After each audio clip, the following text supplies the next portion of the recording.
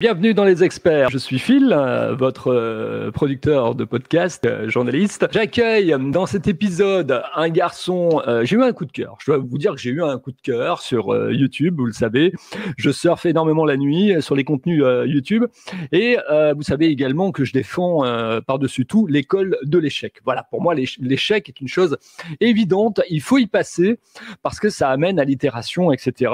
Et vous savez de quoi je parle parce que vous êtes entrepreneur, femme ou homme, et vous savez que vous tombez, mais que vous savez également que vous pouvez rebondir. Aujourd'hui, donc, je vais intituler cet épisode en deux parties. La première partie, ça va être une partie short, on va dire un peu de moins de 15 minutes, où je vais aborder différents points avec mon invité. Et cet épisode, donc, j'ai décidé de l'appeler « Réussir par l'échec ». Pas mal le titre, non ?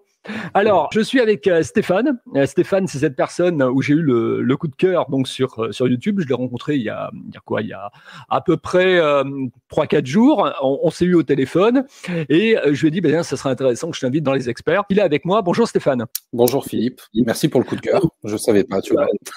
Voilà, et puis merci d'avoir fait aussi le petit clin d'œil dans ta vidéo, puisque il faut que je vous dise quand même, en étant totalement transparent, que Stéphane a fait une vidéo donc sur les créateurs de contenu. Il parle de notre interview à venir dans Les Experts. Il me fait un petit coucou dans sa vidéo. Voilà, je vous invite d'ailleurs à aller le voir sur YouTube, mais il va vous expliquer ça tout à l'heure en fin d'épisode, comment vous pouvez le rejoindre. Stéphane, c'est vrai que toi, je t'ai connu avec une vidéo où tu disais en fait, bah, c'est la merde, hein. Voilà, on va dire le mot, hein. Même si c'est quelquefois un peu incorrect, politiquement incorrect. Voilà, c'est la merde pour beaucoup d'entrepreneurs. On sait qu'aujourd'hui, il y a énormément de gens qui sont en difficulté. C'est très difficile de vivre en tant qu'entrepreneur, femme ou homme. Quand on est en freelance ou quand on est micro-entrepreneur, on sait qu'il y a à peu près 20 à 30% effectivement des personnes qui vivent de leur activité. Ça va de 600 à 1000 euros à peu près. Et encore, faut-il vivre avec 600 ou 1000 euros par mois? Je vous pose la question. On va faire un petit peu le tour de ce menu, de ce sommaire avec Stéphane. Stéphane, pour commencer, je vais te demander, comme tous mes invités, de te présenter en une phrase, s'il te plaît. Allez, c'est parti. Je suis un ancien pâtissier, reconverti au digital en autodidacte en 2017. Et du coup, j'entreprends depuis 2017 via différents projets. Et aujourd'hui, je suis principalement créateur de contenu et coach en création de contenu. Dans ces vidéos, donc sur cette chaîne vidéo, d'ailleurs, tu peux nous donner le nom de la chaîne, comme ça les gens pourront se connecter à la chaîne. S'ils ont envie d'écouter l'interview, ils auront la chaîne dans leur bookmark. Bien sûr, c'est le contenu des créateurs. Dans le contenu des créateurs, bah, tu parles un peu de ton quotidien. Donc voilà, tu es sur le canapé avec un petit sweat et puis une capuche décontractée. Et puis tu t'adresses à ton audience en disant, bah voilà, moi je suis en difficulté parce que quelque part, bah, je gagne pas assez d'argent. J'arrive pas nécessairement à vivre comme je le souhaiterais. J'arrive pas à atteindre cette indépendance financière ou cette liberté financière. Voilà, en fait, le concept un peu de ta chaîne. Et tu dis, il est important de pouvoir être un créateur de contenu et qu'il faut créer effectivement du contenu le plus souvent possible. C'est vrai. Je le dis principalement pour justement pour les entrepreneurs. Et la preuve avec cette dernière vidéo sur laquelle tu m'as repéré entre guillemets avec ce coup de cœur, c'est qu'en fait cette vidéo, déjà j'ai failli la supprimer quelques heures après, donc je pense que j'ai très bien fait de la laisser. Mais c'est que la création de contenu peut ouvrir des portes auxquelles on ne s'attend même pas, comme là, cette interview. C'est la première fois que je suis interviewé, c'est un grand plaisir. Mais voilà, c'est une des raisons qui me pousse à dire aux gens de créer du contenu, parce que ça peut apporter énormément de choses. Et puis même personnellement, c'est beaucoup de choses, beaucoup d'apprentissage. Alors dans cette première partie, je vais te poser des questions un peu en rafale, donc tu vas pouvoir nous faire des questions courtes. On va essayer de nourrir l'audience au maximum. Comment tu découvres Internet, toi, en fait, le web? Comment je découvre le web? Alors ça, c'est une très bonne question. J'ai découvert le web, je pense, avec les vieux PC, les gros PC. Et à l'époque, c'était principalement pour chatter sur, il me semble que c'était, alors je me rappelle plus du nom, mais c'est l'ancien Messenger, en fait, simplement. T'es en quelle année, ça? Waouh! Alors là, très très bonne question.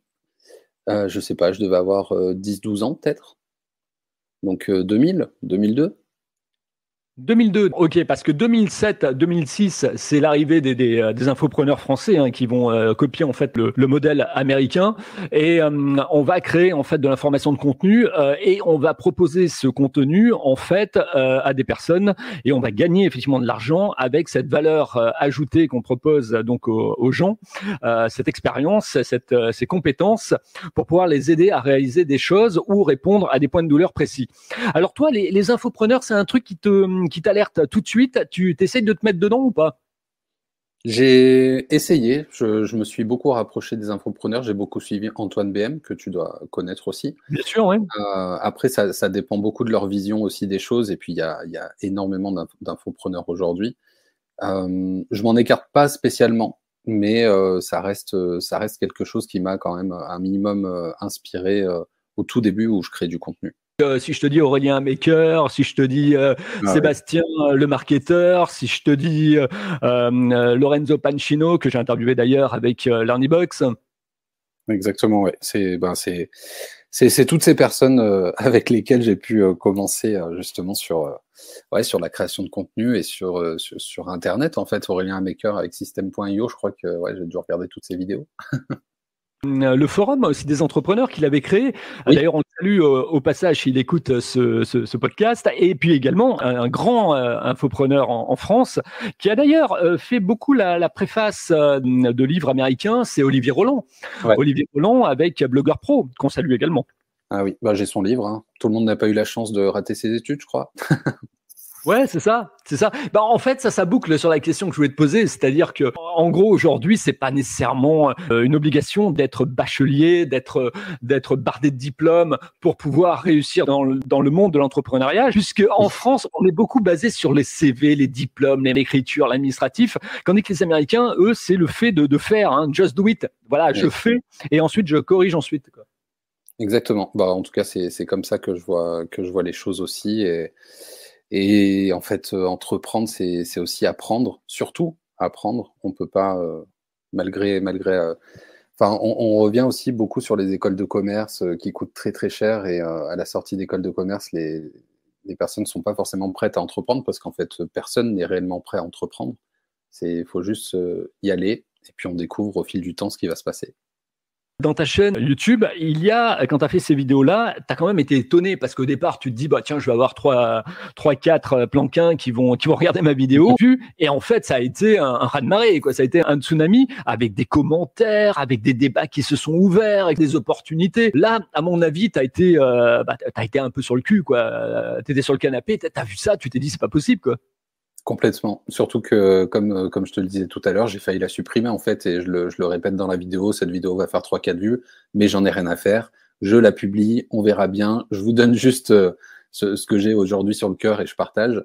Et en fait, 3-4 jours après, le temps que l'algorithme, je pense, commence à capter à qui distribuer cette vidéo, ça a explosé en un week-end et sincèrement, grosse bonne surprise en tout cas. Dites-nous, vous qui écoutez ce podcast, vous qui êtes entrepreneur, femme, homme, peut-être en couple aussi, peut-être que vous êtes entrepreneur en couple, dites-nous ce que vous pensez justement de cette interview, du parcours de Stéphane, du fait de s'adresser de façon authentique. Il est vrai, Stéphane, il cherche pas à midi et 14h, il cherche pas à brosser les gens dans le sens du poil, il laisse les opinions libres de chacun et de chacune. Et c'est ça en fait qui m'a touché aussi parce que je me suis dit, voilà, c'est quelqu'un de vrai, d'authentique, de réel, sans bullshit, il parle de son quotidien et puis les gens lui répondent et c'est ça qui est important. Alors c'est vrai que là on est dans la partie 1, c'est un portrait brossé, on va dire express, mais par contre la partie 2, vous allez pouvoir l'écouter aussi, et d'ailleurs je vous le conseille, je vous invite à le faire, ça va être le découpage sur le processus de l'itération, comment on arrive d'une certaine manière à rebondir après l'échec, comment on peut trouver le bon prix psychologique, l'excellence, vous savez que par exemple faire les choses c'est pas suffisant parce qu'il faut toujours être au-dessus de ce que votre prospect ou votre client attend de vous. La séparation boulot et vie privée, ça c'est un gros problème pour les entrepreneurs. Je suis sûr que vous le vivez d'ailleurs au quotidien les uns et les autres qui m'écoutez et qui nous écoutez aujourd'hui. Et puis les passions. Quels sont vos types de passions? Quels sont les types de passions qu'il faut avoir en tant qu'entrepreneur? Jouer avec la probabilité aussi ou avec les probabilités et rester sur la règle implacable des mathématiques. Alors vous allez comprendre un petit peu plus de quoi j'ai décidé de vous parler avec Stéphane par rapport à cette phrase, jouer avec les probabilités et jouer avec les biais. Vous pouvez avoir par exemple des concurrents qui sont des gens que vous n'arrivez pas à dépasser. Mais si vous faites des choses un peu différentes et que vous abordez les choses un peu différemment au niveau du contenu, vous rajoutez des choses supplémentaires, vous mettez des quiz, vous créez de l'interactivité, pratiquez ce qu'on appelle l'expérience utilisateur en SEO et autres, vous allez donner un rapport de confiance et d'autorité à votre contenu. Vous allez gagner le game, voire vous allez retourner la table avec les cartes qui vont avec. Pour terminer cette première partie, on est 11 minutes et 34 secondes avec Stéphane. Je vais lui poser la question marqueur des experts. Comment tu trouves ma façon d'interviewer les gens, Stéphane? Très bonne question. Je la trouve très très bien. Elle est authentique et en même temps sans pression. Voilà. Comment on peut continuer à discuter avec toi sur cette première partie, si on a été sensibilisé par tes propos, si on a envie d'être accompagné par toi, parce que toi, tu es spécialisé dans tout ce qui est donc marketing digital et puis en même temps, plus particulièrement le contenu court, dans ce qu'on appelle les shorts. Comment on peut donc rentrer en contact avec toi ou peut-être aussi discuter de cette interview avec toi? Sur LinkedIn ou encore, comme je disais tout à l'heure, le contenu des créateurs, donc sur YouTube, Instagram. Bon, YouTube, on ne peut pas forcément entrer en contact, mais principalement LinkedIn ou Instagram. Alors, voilà, vous venez d'entendre la première partie de Stéphane, partie donc de cet épisode qui s'appelle Réussir par l'échec. À tout de suite dans la partie 2 de cet épisode. Et vous allez pouvoir aussi partager, bien évidemment, cet épisode 1 à vos amis, à vos confrères, à vos collègues, vos fournisseurs, etc. Parce que tout ce qui est dit dans cette partie 1, en fait, vous interpelle et vont interpeller ceux qui travaillent avec vous. Et puis, je vous invite aussi à commenter cette partie donc sur réseaux sociaux, YouTube, Facebook, LinkedIn et tant d'autres. Et en même temps, je vous invite à laisser un pouce bleu donc sur YouTube et puis de vous abonner à ma chaîne Les Experts Parole de Leader et puis à la chaîne aussi de Stéphane. Merci de votre attention et je vous dis à tout de suite dans la partie 2. Merci Stéphane. Merci.